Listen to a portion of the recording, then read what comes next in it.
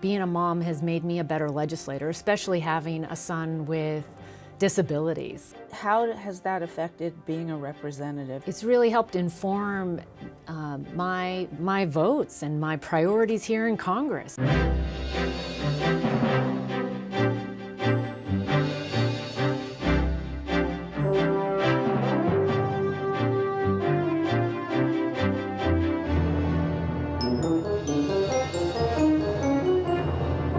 Hello, I'm Bonnie Urbay. Welcome to the Contrary. This week, the highest-ranking Republican women in the House of Representatives, Washington State's Cathy McMorris Rodgers. She talks to us about her role in Congress, as well as some of her legislative priorities. Representative McMorris Rodgers, you are the fourth ranking in the Republican leadership, and you chair the Republican Conference. Explain to our viewers, please, what that means. Sure. It's an honor to chair the Republican Conference. This is a position that I'm elected to by my peers, by the 242 Republicans currently serving in the House of Representatives. It means that every day I am sitting down with the Speaker, the Majority Leader, the Whip, the top four of us, sit down every day as we think through the strategy, the legislative priorities, as well as how we communicate with our members and to America. So it's really being at the forefront of everything that is happening in the House of Representatives and being a part of figuring out that strategy. You've been here since 2004. Yes. And you have three children whom the first you didn't have when you first entered Congress, right? So you were pregnant several times, crossing the country, on a weekly basis, and plus whatever other travel you had, but going back home to Washington just about every week of the year. How do you do it, and how do you continue to do it? I can assure you, when I was growing up on our orchard and fruit stand in Kettle Falls, it's a small town in eastern Washington, I never would have dreamed that one day I would be elected to Congress, the 200th woman ever to serve in the United States House of Representatives. I was 35 and single and met Brian the summer after I was elected, and we got married, and yes, we've had 3 children. He's retired from the Navy. He flew for the Navy and retired, and he's super dad now. So he's the one that day in and day out is really raising or at home with the kids. And he'll tell you it's harder than anything he ever did in the Navy. But it's also such an honor for me to be able to serve. And he's a big part of making this possible. And I think that for being a working mom, it's not that different than millions of other working moms in America, right? And but isn't it it's got to be, I mean, especially, it'd be one thing if you were from Maryland and you could just drive home at night. But yes. With 3 kids and living in Washington State and commuting from one Washington to the other Washington. It is a long commute. I've been looking for that quick route, and it takes 7-8 hours on a good day to get from Washington, D.C. to Spokane, Washington. When Cole was first born, we would just go back and forth together a lot as a family. It got a little more complicated when school started, and the kids now are 10, 6, and 3. Cole was born with an extra 21st chromosome, Down syndrome. So that has also, especially at the beginning, figuring out the therapist and all of the support that he needed at the beginning. So you have a team here in D.C., a team in Spokane. And when he started school, we made the decision to move the family to D.C. I tried having the kids in Spokane and going to school in Spokane. Cole went through a tremendous program in Spokane called the Guild School, Birth to 3, and then got into the public schools. And I just found it was too much time apart. And thankfully, Brian and the kids now are with me in D.C. during the school year. So it means most mornings I can help get the kids ready for school, and I don't go out every evening, just to be able to carve out some family time for us. And that's the way that we're keeping our family together. and then go that home. makes it much. I had Yes. the image that you were flying, that they were back home, Right. but So that makes it much easier. It's allowing us to be together as a family. It's you know, it's harder in the sense that so many of our extended family and friends are in Spokane. So we look forward to the summers when they can be in Spokane for an extended time and really spend that time with our family. You talk a lot about being a mom. How has that affected being a representative? And you also talk a lot about, not having fair discourse, quiet, thoughtful discourse between the parties about policies. How does that all work together? Well, first, I love being a mom. And I feel like I came like that close to missing out on it. And it's just the most amazing thing in the world, is bringing a new life into the world, a baby, and then watching these kids grow. And so I love that part. And I also believe that being a mom has made me a better legislator, especially having a son with disabilities. So we have Cole, and then I have 2 daughters. But it's really helped inform my votes and my priorities here in Congress. It's because of Cole and some of the experiences that we've had firsthand that I'm better informed on what it really means to go through early intervention and to work on IEPs, the Individualized Education Plan for a student with disabilities, and to sit down and have those meetings. It also has informed me and how I think about healthcare. I've had my own personal experiences. So, like anyone, we're a product of our own experiences, and I bring that to my work here on Capitol Hill. But it has, I believe, it's really had a positive impact on my work here. We will get in a moment to the ABLE Act and ABLE 2.0, which you sponsored and got through Congress. But can you point to anything other than that has your stamp on it? I'm thinking about your meetings, your daily meetings with the leadership. Is there any issue that you messaged in a particular way that got out there? Well, I've certainly done a lot. I represent Fairchild Air Force Base. It's the largest tanker base in America. I've served on the Armed Services Committee, and then I married Brian, who is a Navy retiree, former aviator, and I have, for many years now, co-chaired the Military Family Caucus and have raised awareness on issues important to our military families. I co-chair it with Sanford Bishop. He's a Democrat out of Georgia, represents Fort Benning, and he's traveled to Fairchild several times. I've been down to Fort Benning. This was a caucus that we put together to put a microphone in front of our military families and highlight many of the issues that they face, recognizing that when someone joins the military, it's not just an individual commitment, but it's a commitment that the entire family makes. And you think about, in recent years, the multiple deployments that families have endured and other challenges. So that's been an area where I have really spent some time and raised awareness and brought some of those issues to the forefront around the leadership table. And then there's issues back home. I serve on the Energy and Commerce Committee, and I'm a leader in promoting hydropower. I also, Are you for privatization of it? Of hydropower? There's a lot of talk. Well, not of Bonneville Power Administration. There's both. I'm a big promoter of public power, Bonneville Power, and then there's also a lot of private investment. We could double hydropower in America. It is the largest renewable in the country. Clean, reliable, affordable, and we could double hydropower in America without even building a new dam. Only 3% of the dams actually produce electricity. And with new technology, improved fish ladders and turbines, we're seeing the record salmon returns, and we're also seeing the possibility to expand hydropower. So that's an issue that I continue to promote. In the West, we've seen catastrophic forest fires. Seems like every year they're only getting worse. And I have been certainly promoting better forest management, so we have healthier forests, and then some fixes to funding the fighting of forest fires.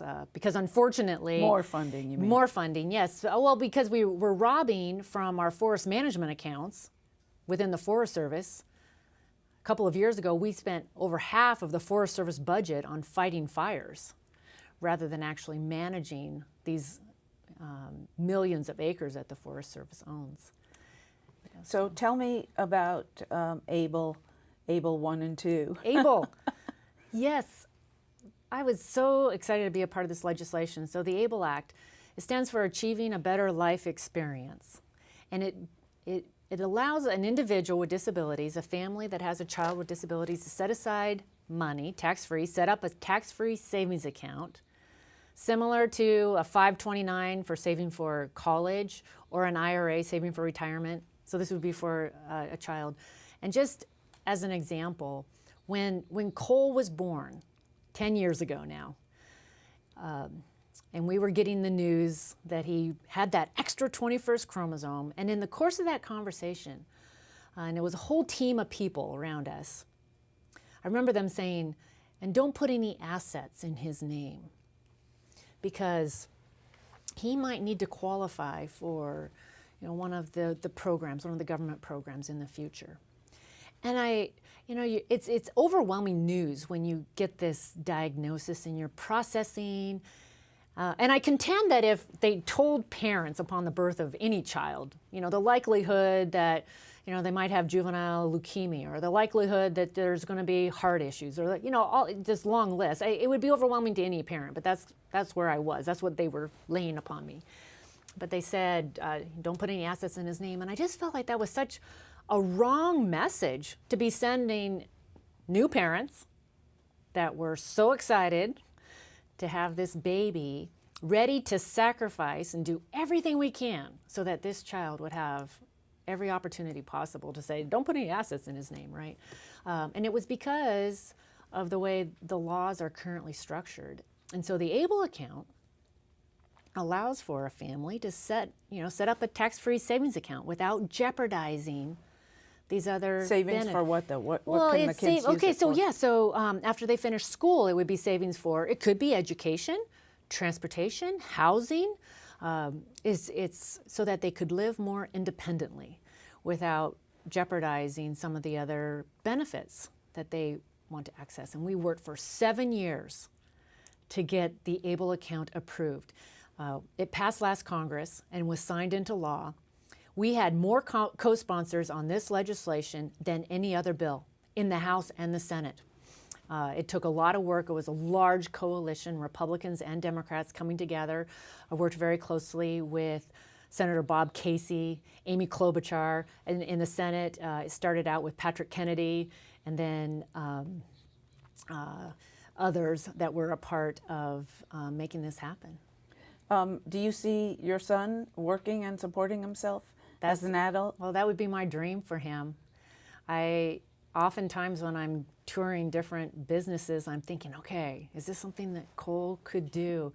It's exciting to see those with disabilities going to college now more often, as well as being given that opportunity to work. So now we've introduced ABLE 2.0, which is a package of bills that builds upon the ABLE Act. And we need to be addressing some of the barriers for those with disabilities to work. And part of this is they're huge, because I read that only 17.9% of disabled people worked last year. And that number hasn't changed in 40 years. And it is an untapped resource in this country. We need to focus on the ability. We need to focus on what an individual can do and what they can offer, rather than just saying, okay, you have a disability and we're going to sign you up for this program. But why is it must be illegal under the ADA to discriminate against people with disabilities in the workplace, right? It's well-intentioned programs. You take some of these programs. You take Medicaid, for example. You can't have more than $2,000 in assets, and that number hasn't changed, I think, since Medicaid may have been established. It's been a long time. And you upped it, the ABLE Act upped it to what, $13,000 per year that you can put aside, up to $100,000 that you can set aside for an individual. But among the disabled population, if only 17% only 18% of them work, have jobs. Did you do any studies on how many people will be able to put aside that kind of money? Well, there have been some analysis done. That's where I think we need to build on it, and that's what ABLE 2.0 is about. So for a family that can set aside money tax-free, that's great. But maybe you have an individual that can get a job. We just visited the Capitol Candy Shop, okay? So I took a group of members, Republicans and Democrats, and we went and visited the Capitol Candy Shop, okay? And they had just hired a young lady with Down syndrome. And she's so excited to have this job. And the employer, as well as the colleagues, were also talking about what a positive influence she had been on the entire business, this little candy shop, because she was just so excited. She came to work every day, enthusiastic, dedicated, and it had really lifted morale. So that was great to hear. Now, under ABLE 2.0, she could take her paycheck and actually put it into an ABLE account. So it would be protected, so she wouldn't be threatened to lose whatever the government program may be, right? So it gives her an opportunity to get some experience, get in there and prove herself and see what she can do. And so that's why I think this ABLE account is so powerful. And I think we all recognize that a job is so, it's so defining in our lives, and that it's so much more than a paycheck. It's what gives you purpose and dignity. And there are millions of people with disabilities that would like to have the opportunity to work. I've worked very closely with Senator Harkin through the years, and he's since retired, but we, a couple of years ago, hosted a summit that was focused on addressing the barriers for those with disabilities to work. Why is it that only 18% of them do work? Is there so just much overwhelming discrimination in the workplace? I believe that it is more about a fear of losing the benefits that they have. So whether it is Social Security disability, whether it's Medicaid, whether it's some of these other programs, the fear is, that they're well-intentioned programs, but it means that it's all focused on not losing these benefits. And we need to just open it up. We need to say, okay, maybe a ramp up. That's what I'd like to see. Rather than it being all or nothing, either you're on these programs or you're not. Say, okay, we want to provide some incentives for you to get into the workplace, and so that there would be an opportunity to ramp off these programs. I think that's part of it.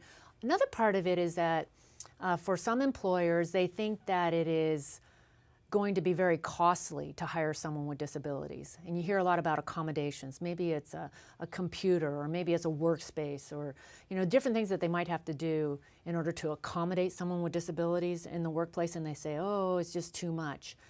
When companies actually do it, Walgreens is a great example. Walgreens has really embraced hiring those with disabilities, and it started out in the warehouse.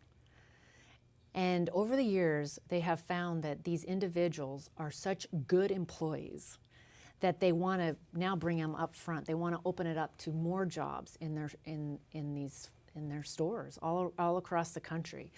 And it's a great story that needs to be told to more. And yes, it might mean some accommodations, some minor accommodations, but in the whole scheme of things, they're bringing they're having such a positive impact that they want to do more. I think. What about what disabled people earn when they are in the workforce?